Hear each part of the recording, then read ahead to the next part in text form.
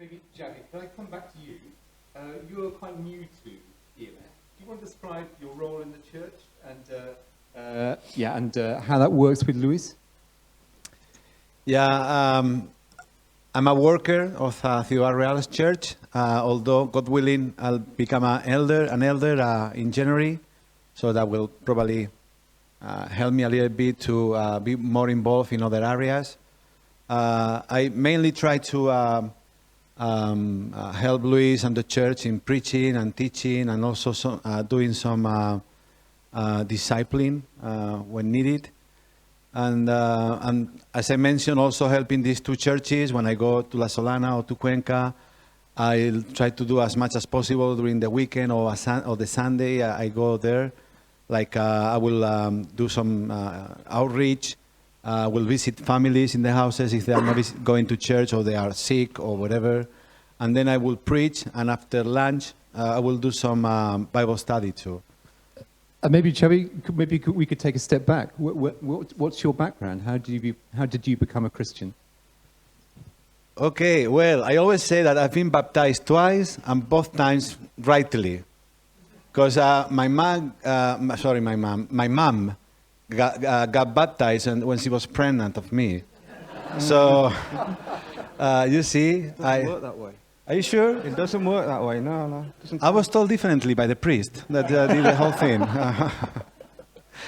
So I'm the third out of 4 siblings, and my mom just got to know the gospel through a neighbor. So basically, my childhood is fill up with Christian memories. I mean, like church and a small church, and we used to do everything together.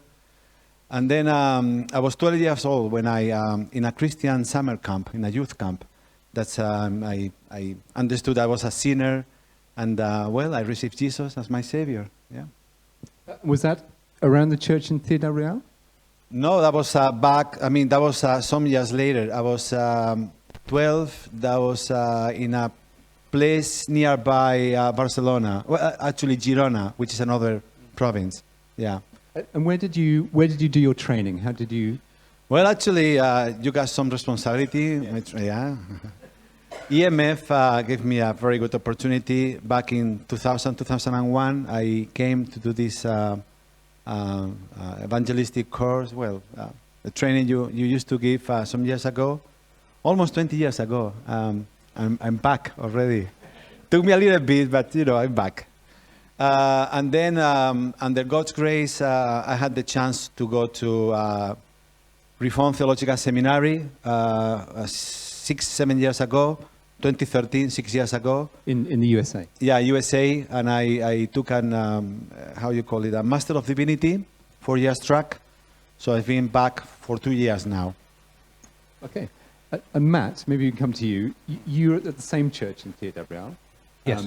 But your main focus is the publishing work, I understand. That's right, yeah. We're, our involvement in the church is as, in a sense, normal church members.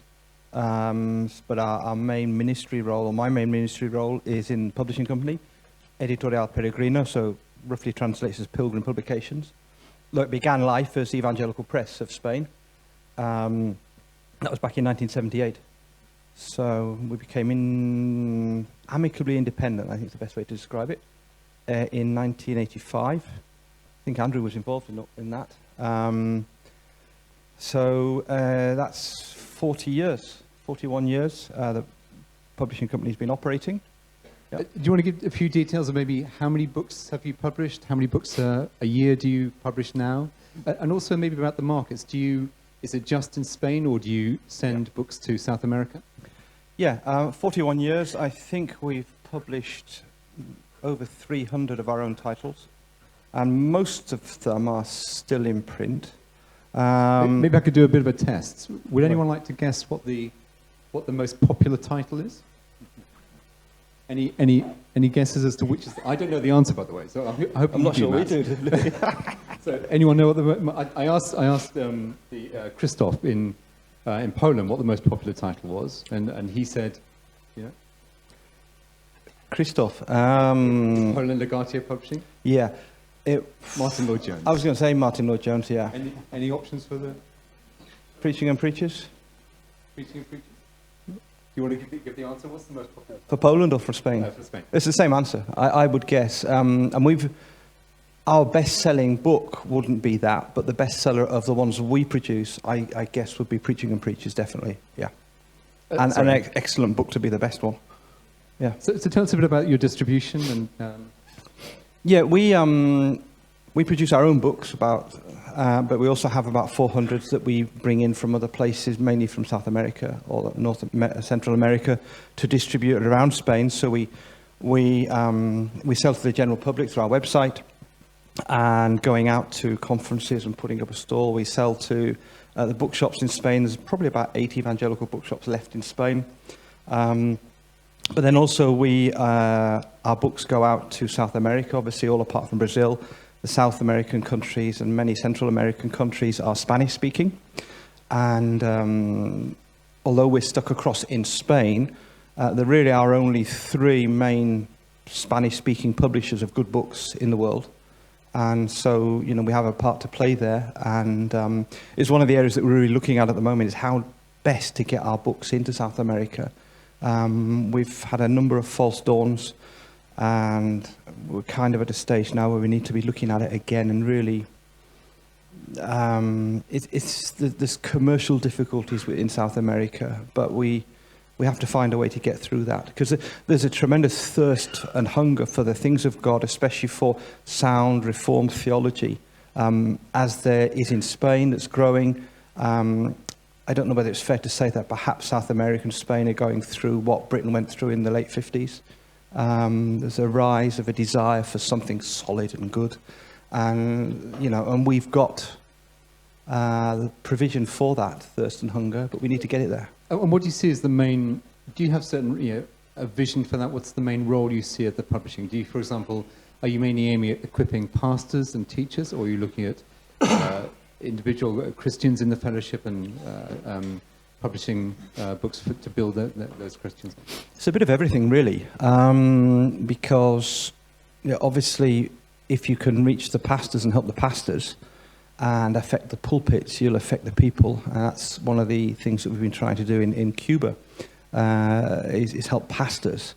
But quite often you'll find that there will be Christians who are in churches where the pastorate and the oversight and the leadership are not really that interested in good theology and good reading. But the believers need to be built up. So we're trying to do both, and we do it with both older books, back into the Puritans, Matthew Henry, going back to Whitefield, Spurgeon, J.C. Ryle, Lloyd Jones, last century, sorry if that makes anybody feel old.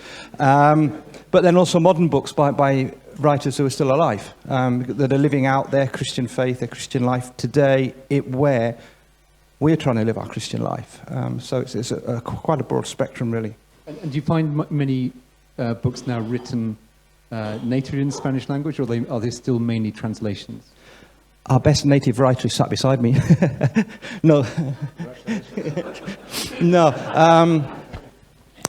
Really, that's one of the big problems we have, because there are just not, certainly in Spain, there are very, very few Spanish authors, Spanish writers. I said about Andrew, we've got a couple of books by Andrew, and as far as I'm concerned, because of his ministry in Spain, a lot of people consider him Spanish. But apart from, we had Jose Grau, which would be kind of the Lloyd Jones generation. But apart from that, there are very, very few, which is a reflection on the church, the size of the church, which is small. But it also shows part of the problem that we have, because it adds cost to a book when you're producing it, that you've got to pay a decent translation. I think there's a book over on the store. We've got a few of the books that we've done this year. One of them is a translation of Dallymore's shortened version of Life of Whitefield in one volume. We had to pay €3,500 just to get it translated. And that's before it's revised and typeset and printed and distributed. So it adds an awful lot of cost in. If we're having, we enjoy translating, there's good books, but we would love to be able to see, be worked with Spanish authors. Thanks, Matt. Andrew, can I come to you? I think you've been in Spain for 33 years? 36, I beg your pardon. And firstly in Theodore. Well, we went first to Malaga and worked for 16 months with an EMF kind of church in Malaga. And then we moved up to the area of Ciudad Real, not to the town itself, but to Alcázar de San Juan, where Jose Moreno is pastoring today. We were there for 3.5 years, and then 16 years in Ciudad Real, where they are members now. And then 15 years ago, we moved to the church in Palma. And how have you seen the work in Palma develop? Well, we have seen a lot of growth, to be honest. A lot of the growth, certainly numerically, the church has grown a lot. You know, we've seen at least more than 100 people coming into membership while we've been there. And a lot of the growth has been by, you know, Christians moving to Mallorca either from other countries or from the Spanish mainland. So they were already Christians when they came, and then they found our church and settled with us.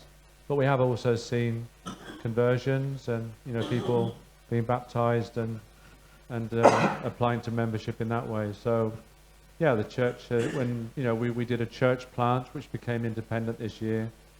After 10 years work basically in this area, the church became independent. Maybe could you tell us a bit more about that? I think it's based on the house groups you set up around the island. Perhaps you could say a bit one of more. the things that we started in the early years was to do home groups, home Bible studies, which we always wanted to be evangelistic as well as for discipleship purposes. And so we've done home groups in probably altogether 10 different towns on the island, as well as Palma itself. Because people have to understand that once you get outside the city of Palma, and this is true of a lot of areas of Spain, most towns and villages don't have any kind of evangelical church whatsoever. So, you know, there are towns of 10,000 people with no evangelical church. So part of our vision is, because we have members living in towns like that, if we can start meetings in their homes, Bible studies, and they invite their neighbors and friends and so on, we find that the home groups have been used in an evangelistic way, and we've seen people come into faith through the home groups. So we started a home group in this place called El Arenal 11 years ago, and within a short time there were too many of us to fit into a home, so we were seeing 30 people come into a home group, and so we decided to take a step of faith and rent a meeting place and start Sunday services. So we did that maybe 8 years ago, and 9 years ago maybe. So that this year that has now become an independent church. And you have, what, 3 other home groups around the island? We have 3 groups at the moment in 3 different locations, and again we would like to see those developing into church plants. Yeah, that's our vision. And maybe could you just share maybe what are the greatest encouragements you've had in recent years in Palma?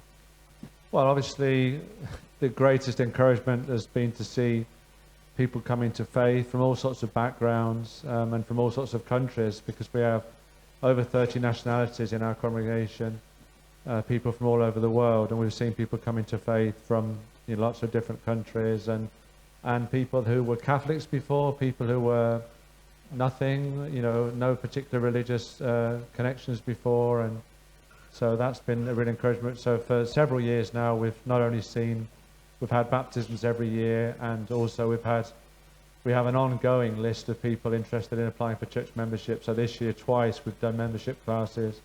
So we had 16 new members in January, and we've got another 20 or so who've done the classes and are waiting to be accepted as members. So I mean, that obviously is a real encouragement. But I think as well as that, it's not just a numerical thing, but it's seeing the Christians themselves growing spiritually and understanding the concept of discipleship. You know, we don't just go to church, but we're Christians, and we want to live out our faith in our day-to-day lives, and seeing lots of one-to-one discipleship, small groups, discipleship in small groups going on. So just, I think the growth of spiritual life in the Christians, as well as people actually coming to faith, outsiders hearing the gospel, all of those things have been real encouragements. And then at a more sort of international level, to see what, I can't remember whether it was Matt or Xavi saying that we're seeing an incredible work of God among Spanish speakers all over the world, and that has been exciting. I mean, I work with the Gospel Coalition, the Spanish-speaking part of the Gospel Coalition, and in 2013 we launched our website, and at that stage there were just like a handful of us writing articles when we could, and now in a relatively short time we've got over 200 regular writers for the website, all good, writers, and we get millions of hits every month.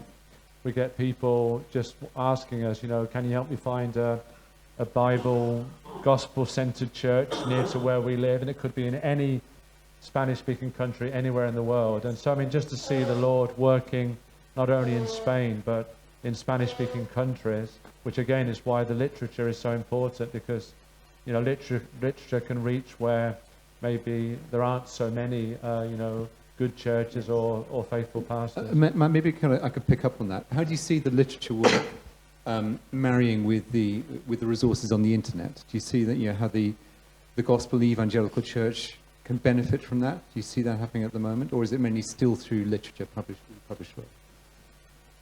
Yeah, I think it's a combination of both things. The one can feed the other, I think. One of my projects on the back burner, if you like, at the back of my mind is, got to be careful because Andrew's on our board, so he's finding that out for the first time maybe, is how we're using social media to make people more aware of the books that we have. There's a tremendous opportunity with articles on the web, shortened articles, stuff that you can read on the train or you can read in the bus stop, and that's important.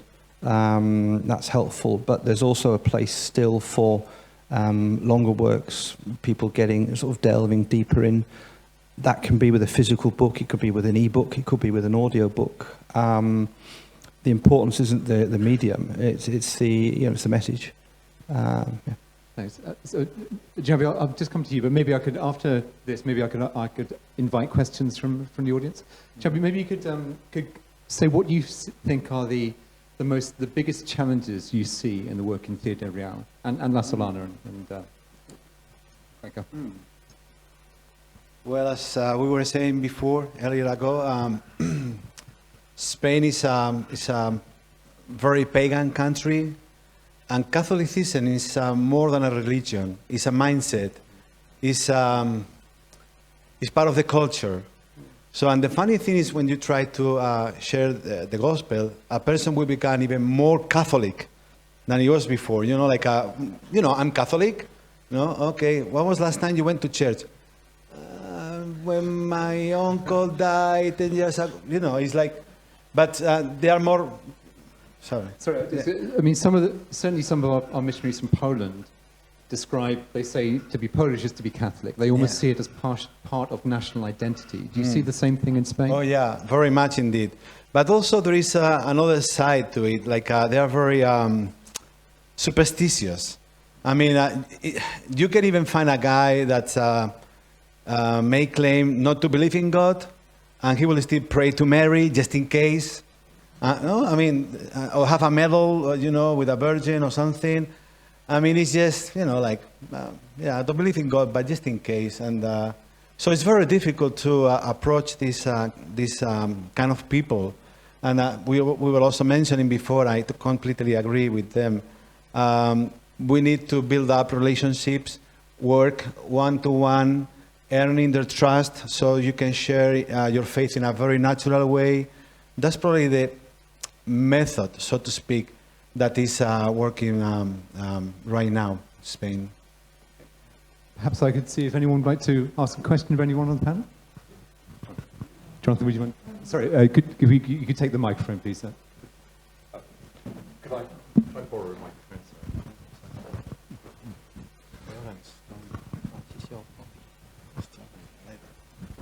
All right, can you hear me? When Louise and Pila left here from their training, they went to Cuenca. Sorry, I can't hear you very well, sorry. Maybe if you just hold it quite close to your mouth. Oh, I see. Yeah? Yes, just like that, yes. Mm-hmm. Yeah, they went to Cuenca. When Louise and Pila left here from their training many years ago, over 30, they went to Cuenca, and my previous church supported them prayerfully and so on. but they found it amazingly difficult, and the priesthood there was opposed to them, and particularly children's work, and apparently he would go around to the mothers particularly saying, don't send your children to this church because it's heresy, and it was amazingly difficult work there. Is that still the same principle? Well, probably more so in a small place, but cities are becoming more like,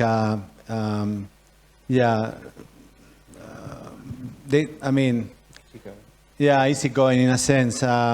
I just remember in a small church in the province of Jaén, in a very small village actually, members of the church told me that the priest stole the organ in Franco's time. They're still waiting for the guy to return the organ. I mean, it's never going to happen. And that guy used to say terrible things to the parish, like don't go to those Protestant places, they eat their children. And things like that. Unbelievable, all sorts of really bad things about us. Now it's changing. Still in small places, it's difficult for some people to leave the Catholic Church because it's about reputation. What is my friend gonna think of me if I go to that Protestant place? But it's turning around. It's changing. Yeah. Yeah, I would just add that. So the general rule is the smaller the place, the more influence the priest has. Mm-hmm. So in cities, it's almost zero. Mm-hmm. But in small villages, you get more people going to Mass because they're afraid of being seen by their neighbours not to be going to Mass. Mm-hmm. But I would say that the general strategy of most priests these days would be more ecumenical rather than one of hostility. It's not in their interest to be hostile because they're just giving us free publicity, and that might lead some people even to show more interest in non-Catholic churches. So by adopting a policy of we're all saying the same, we're all fellow Christians, and the real enemy is Islam, or the real enemy is the left-wing ideology, or whatever. So I think today the strategy of most priests would be, to be much more ecumenical rather than warning people against us. Yeah, in Ciudad Real, for instance, the churches in Spain have a week of prayer in January.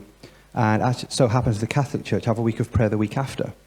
And in Ciudad Real, for the last 3 years, I think, the priest has approached Luis. Actually, at a friendship level, they get on quite well. But the priest brings his people to our week of prayer when it's in our church, and then invites us to go to their week of prayer. And Luis says, well, you can bring anybody you want to our week of prayer, but we're not going to yours. But they're quite happy to associate, and it's sort of, we've in that sense ceased to be the enemy, because we've almost got a common enemy outside of religiousness. Thanks, Matt. We've got a couple more minutes. Any other questions? Anyone else like to ask a question? Jonathan? Sorry, microphone's just coming to you.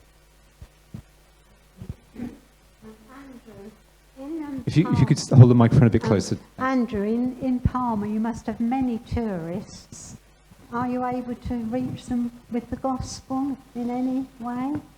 Well, it's difficult. It's true that there are lots of both holiday visitors and British expats or English speakers living on the island all the year round. Our experience has been that most of the people who are living on the island tend to be very pagan and not all that interested in any form of Christianity. There are one or two English-speaking churches, evangelical churches on the island, so they're trying to reach into the expat community especially. We get a lot of holiday visitors at our church, so although our services are all in Spanish, we offer translation through headphones every Sunday all the year round. We have a team of translators, and we always have people who need translation into English on a Sunday morning, so we offer that. And some people come to us because they know that they can get translation into English.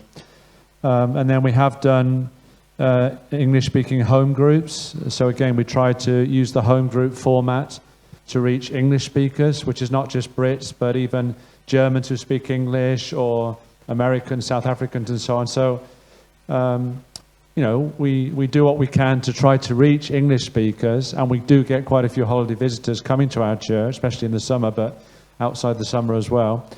But in terms of the actual resident community on the island, we find that it's a much harder world to break into. And so we just encourage our own English-speaking members just to live like the rest, you know, any other Christian, and try to have an influence on the people around them, you know, in this case, English-speaking people. So, yeah. Yeah, well, that's true. In the summer, we do what we call Church on the Beach. And this year, we've done it for longer. We've done it every Sunday from, you know, mid-June to the end of September. So every Sunday evening, we go down onto a local beach. Sometimes we make it more directly evangelistic, so we prepare messages and testimonies, and we do interviews and gospel songs and things like that. Other times it's more of a fellowship-orientated thing on the beach, but we still find sometimes that non-Christians, out of curiosity, will come and, you know, who's that strange group of people on the beach? What are they doing with a guitar and all the rest of it? So yeah, we do try to reach people on the beach as well in that way. Well, thank you, Xavi. Thanks, Matt. Thanks, Andrew. We better move on.